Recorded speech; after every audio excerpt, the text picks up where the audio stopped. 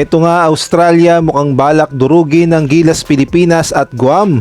Naglabas ng pinakamalakas nilang player sa third window, ang kanilang 6-time MVP na si Bryce Cotton kasama sa kanilang lineup, samantalang another Gilas prospect, 6'8" Filipino-Canadian. Sino kaya ito? Ngunit bago tayo magpatuloy, pakipindot naman ang like, subscribe at ang notification bell para updated ka sa susunod kong i-upload. Mukhang ang walang balak magpatalo ang Australia sa paparating na third window sa kanilang sariling baluarte dahil sinama nga nila sa kanilang lineup ang 6-time NBL MVP na si Bryce Cotton.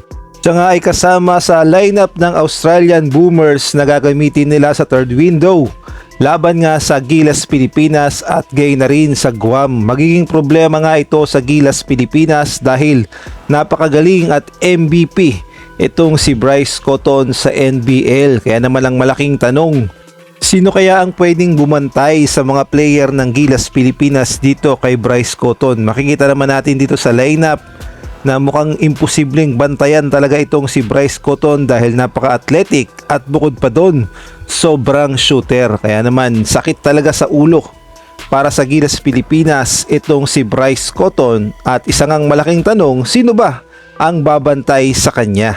Kaya naman malaking hamon talaga sa Gilas Pilipinas kung paano sasabayan itong Australia sa third window dahil unang-una sa kanilang baluarte gaganapin ang laban at bukod pa doon alam naman natin yung mga player ng Australia, athletic, mga shooter, napakaganda ng kanilang gameplay at hindi lang naman si Bryce Cotton ang pwedeng magpasakit ng ulo sa Gilas Pilipinas dahil kung ating babalikan itong si Elijah Pepper, nagpasakit din sa ulo ng ating Gilas Pilipinas. Kaya naman abangan natin kung anong game plan ang gagawin ni Coach Tim Cone upang sabayan itong Australia.